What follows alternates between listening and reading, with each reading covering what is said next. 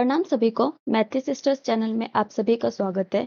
सोचिए, अगर आप एक स्त्री हैं और आपको स्तन ढकने के लिए टैक्स देना पड़े तो आपको कैसा लगेगा। ये कितने शर्म की बात है कि केरला में 18-19 सेंचुरी में त्रवणकोर में नायर ब्राह्मण लोअर कास्ट की महिलाओं से स्तन ढकने के लिए टैक्स लेते थे और इस घटिया काम से दुखी होकर और इसका विरोध करने के लिए नांगेली नाम की महिला सामने आती है और जो टैक्स लेने के लिए आते हैं उनके सामने अपना स्तन काट कर रख देती है। अधिक रक्त बहने से नांगेली की मृत्यु हो जाती है और उनके पति इस दुख को सह नहीं पाते हैं, नांगेली की चिता में कूद कर सती हो जाते हैं। वैसे ना, ब्राह्मण से नफरत करवाने के लिए ये बहुत अच्छी कहानी बनाई गई है। तो चलिए आज की वीडियो में हम देखते हैं कि नांगेली नाम की कोई महिला थी भी या नहीं, या सिर्फ यह वामपंथी द्वारा फैलाया गया एक प्रोपोगेंडा है। आपको ना नांगेली की कहानी को लेकर बहुत सारी वीडियोस मिल जाएंगी, मूवीज मिल जाएंगी, यहाँ तक कि कॉमिक बुक भी मिल जाएंगी, क्योंकि इस झूठी कहानी को हमारे बच्चों तक पहुंचा के नफरत जो फैलाना है। आपको बहुत सारे न्यूज आर्टिकल्स मिल जाएंगे, पर आप इन न्यूज आर्टिकल्स में एक चीज नोटिस कर सकते हैं,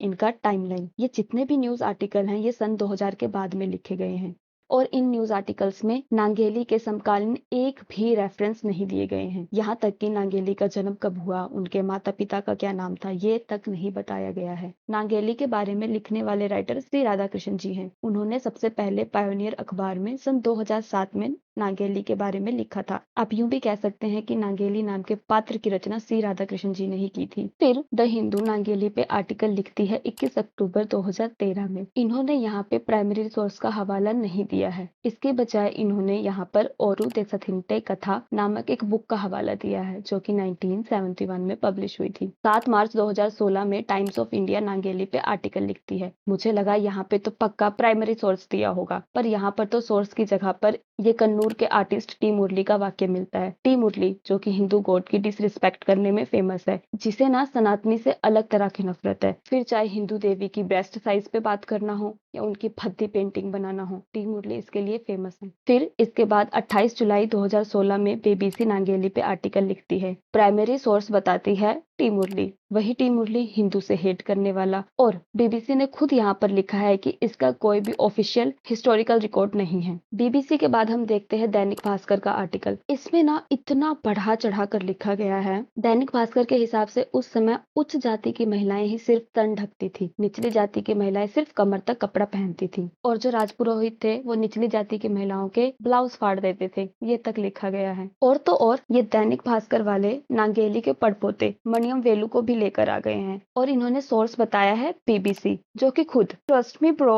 के आधार पे आर्टिकल लिख रही है। हमने ना इतने आर्टिकल्स देखे जो कि तिल का ताड़ बना रहे हैं। अब हम नांगेली के राइटर श्री राधाकृष्ण जी को सुनते हैं, ये क्या कह रहे हैं। The name Nangeli was given by my hands, my writings. The first name Nangeli was appeared in my story that filed for the Pioneer. I prepared this story only on the basis of folktale, not considered anything related with historical document. There is no historical documentation in it. I used only this folktale. तो लो जी, यहाँ पे writer साहब खुद कह रहे हैं उन्होंने सबसे पहले पायोनियर अखबार के लिए नांगेली लिखी थी और यह एक लोक कथा है, इसका कोई भी हिस्टोरिकल एविडेंस नहीं है। ये तो राइटर साहब ने खुद ही बोल दिया है। जब राइटर बोल रहा है इसका इतिहास से लेना देना नहीं है, ये लोक कथा है, फिर ये न्यूज आर्टिकल्स वाले क्यों इतना हल्ला मचा के रखे हैं। चलो ये सब तो हो गए न्यूज आर्टिकल्स, अब हम कुछ बुक देखते हैं, क्या पता किसी बुक में हमें ब्रेस्ट टैक्स के बारे में मिल जाए। ब्रेस्ट टैक्स के बारे में आपको सबसे पहले लिखित रूप में सन 2000 में ए सोशल हिस्ट्री ऑफ इंडिया नाम की बुक में मिल जाएगा, जो कि एसएन सदाशिवन जी द्वारा लिखी गई है। पर इस बुक में आपको कहीं भी नांगेली का जिक्र नहीं मिलेगा। नांगेली के बारे में पूरे बुक में कहीं भी लिखा हुआ नहीं है। अब आप ये सोच रहे होंगे यहाँ नांगेली के बारे में बेशक नहीं लिखा है, पर ब्रेस्ट टैक्स के बारे में तो लिखा है ना। आप टेंशन मत लीजिए, आपकी मैथिली आपको बताती है आखिर ब्रेस्ट टैक्स होता क्या था। एल.ए. कृष्णा जी की पुस्तक त्रवणकोर ट्राइब्स एंड कास्ट वॉल्यूम 1 जो कि 1937 में लिखी गई थी, उसका पेज नंबर 165 हम अगर पढ़ते हैं तो यहाँ पे दो तरह के टैक्स के बारे में लिखा गया है, थलाकरम और मूलाकरम। पर साथ में ये भी बताया गया है कि जो हेड मनी होता है उसको ही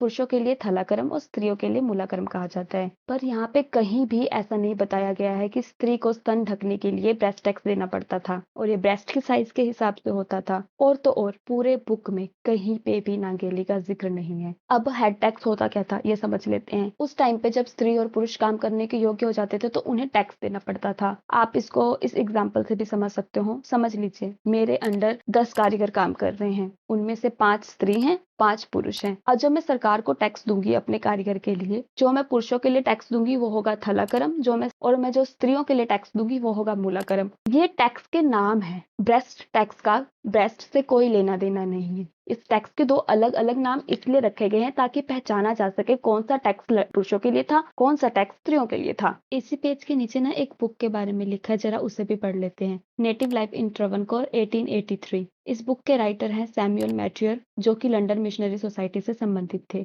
इसी बुक के पेज नंबर 292 में अलग अलग तरह के टैक्स के बारे में लिखा गया है, like head tax, poll tax. पर यहाँ पे कहीं पे भी ब्रेस्ट टैक्स के बारे में नहीं लिखा है, ना ही ये लिखा गया है कि स्तन के साइज के हिसाब से होती थी, और तो और यहाँ पे नांगेली का जिक्र भी नहीं है। अब हम एक और book voyages and travels into Brazil and east Indies पढ़ लेते हैं और देखते हैं आखिर इसमें क्या लिखा है। इसके राइटर है मिस्टर जॉन न्यूऑफ, जो कि एक डच ट्रैवलर थे और 16th सेंचुरी में त्रवनकोर में आए थे। और वह अपने बुक के पेज नंबर 230 में रानी के बारे में क्या लिखते हैं, जरा उसे पढ़ लेते हैं। I was introduced into her Majesty's presence. She had a guard of above 700 soldiers about her, queen's attire being no more than a single piece of calico wrap around her middle, the upper part of her body appearing for the most part naked। तो लो जी, यहाँ पे servant तो छोड़ो, रानी ने ही अपने स्तन ढक नहीं रखे हैं। फिर जो बोलते हैं कि लोअर कास्ट की महिलाओं को स्तन ढकने नहीं दिया जाता था, स्तन ढकने के लिए टैक्स देना पड़ता था, रानी को किस चीज की कमी थी, उन्होंने क्यों नहीं स्तन ढक रखा था, वो इस पे क्या बोलना चाहेंगे। पेज नंबर 231 में इसका चित्र भी मिल जाएगा। इसमें भी आप देख सकते हैं कि रानी ने स्तन ढक नहीं रखा है। बात कुछ ये है ना कि उस समय केरला में अपर बॉडी को ना ढकना नॉर्मल सी बात थी। लोग वहां के क्लाइमेट के कारण बॉडी को नहीं ढकते थे, यहाँ तक कि राजा और रानी भी। उस समय अपर बॉडी को ना ढकना नॉर्मल सी बात थी, उसको हम इस बुक से भी जान सकते हैं। बुक का नाम है the travels of Marco Polo, page number 294। तो लिखा है कि उस समय कोई टेलर नहीं हुआ करता था। For the people go naked at every season. यहाँ पे नेकेड रहने का ये मतलब नहीं है कि उन्होंने कोई वस्त्र ही नहीं पहने थे, उन्होंने बस ऊपरी वस्त्र नहीं पहने थे, ये बताया गया है। The king is dressed just like the others. और जो राजा थे वो भी अन्य लोगों की तरह वस्त्र पहना करते थे। तो ऊपरी वस्त्र ना पहनना उस समय कोई बहुत बड़ी बात नहीं थी, और ना ही इसका लेना देना कोई भी अमीर गरीब या जात पात से था। यदि अमीर गरीब से होता तो राजा ऊपरी वस्त्र जरूर पहनते। बस फर्क इतना था कि जो राजा के कपड़े थे थोड़े अच्छे थे, और वो नेकलेस पहनते थे जिसमें डिफरेंट डिफरेंट तरह के रत्न होते थे। और उस समय ऊपरी वस्त्र ना पहनने का कारण क्या था, इसी बुक के पेज नंबर 299 में हम देख सकते हैं वहां के वातावरण के कारण। उस समय स्तन न ढकना नॉर्मल सी बात थी। इसके लिए हम एक और बुक देख सकते हैं, the Cochin tribes and caste volume 2, जो कि एल ए अनंत कृष्ण जी द्वारा लिखी गई थी। वो अपने बुक के पेज नंबर 100 में बताते हैं कि जिन नाम्बूथिरिस ब्राह्मण पे आरोप लगाया जाता है कि वे लोअर कास्ट की महिलाओं को स्तन नहीं ढकने देते थे, उनकी खुद की महिलाएं स्तन नहीं ढकती थी, और विदेशी लोग ऊपरी वस्त्र ना पहनने के कारण उनका उपहास उड़ाते थे और उन्हें अनसिविलाइज्ड कहते थे। जबकि नायर समुदाय विपरीत विचारधारा रखती थी। उनके हिसाब से केवल वैश्या स्तन ढका करती थी ताकि उनका स्तन एक अच्छे शेप में हो और वो अपने ग्राहक को आकर्षित कर सके। उस समय के ना एक फेमस चित्रकार थे राजा रवि वर्मा। उन्होंने कई रानी महारानियों के चित्र बनाए हैं जिनके स्तन ढके नहीं हुए हैं। और यह एक नाम्बूथिरी ब्राह्मण महिला की फोटो है। आप देख सकते हैं कि इन्होंने स्तन को ढक नहीं रखा है और इन्होंने इसमें गहने पहन रखे हैं। तो गरीब तो ये बिल्कुल नहीं थी। यह एक नाम्बूथिरी ब्राह्मण फैमिली की फोटो है। आप इस पिक्चर को अच्छे से देख सकते हैं और आपको पता चलेगा कि पीढ़ी दर पीढ़ी पहरावे में कितना अंतर आया है। इस पिक्चर में जिस महिला की सबसे ज्यादा एज है, आप देख सकते हो जो बुजुर्ग हैं, उन्होंने तो स्तन को ढक तक नहीं रखा है। और यह एक नाम्बूथिरी ब्राह्मण लड़की की फोटो है। इसमें भी इसने स्तन को ढक नहीं रखा है और इस लड़की ने गहने भी पहन रखे हैं। तो गरीब तो ये भी नहीं है। आप ना इस पिक्चर को देख सकते हैं जिसमें नायर महिलाएं और पुरुष मंदिर में हैं। इसमें भी स्त्रियों ने अपने स्तन को ढक नहीं रखा है, ना पुरुषों ने। आप इस पिक्चर में देख सकते हैं इसमें दो लड़कियां हैं, इन्होंने भी अपने स्तन को ढक नहीं रखा है। आप ना ये पेंटिंग देख सकते हैं, ये 19th सेंचुरी की पेंटिंग है। इसे राजा रवि वर्मा ने बनाया था और इस पेंटिंग के अंदर जो महिला है वो त्रवणकोर की रानी है। और इस पेंटिंग में भी रानी ने ऊपरी वस्त्र नहीं पहन रखा है, उन्होंने बस एक वस्त्र से अपने स्तन को ढक रखा है। यह एक और पेंटिंग है 19th सेंचुरी की और इसे भी राजा रवि वर्मा ने बनाया है और इसमें भी रानी ने ऊपरी वस्त्र नहीं पहन रखा है, बस एक कपड़े से ढक रखा है। आप ये पिक्चर देख सकते हैं कि इसमें भी नायर लड़कियां हैं, इन्होंने भी स्तन को ढक नहीं रखा है। उस समय ना स्तन को ना ढकना नॉर्मल सी बात थी। मैंने आपको कई बुक से रेफरेंस दिए, आपको कई पिक्चर्स दिखाए, कई पेंटिंग दिखाए इसके लिए। स्तन को ना ढकना बड़ी बात तब मानी जाने लगी जब विदेशी हमारे देश में आए। उनके लिए स्त्रियां केवल एक उपभोग की वस्तु मानी जाती थी। उनके लिए स्तन न ढकना तो बहुत बड़ी बात थी।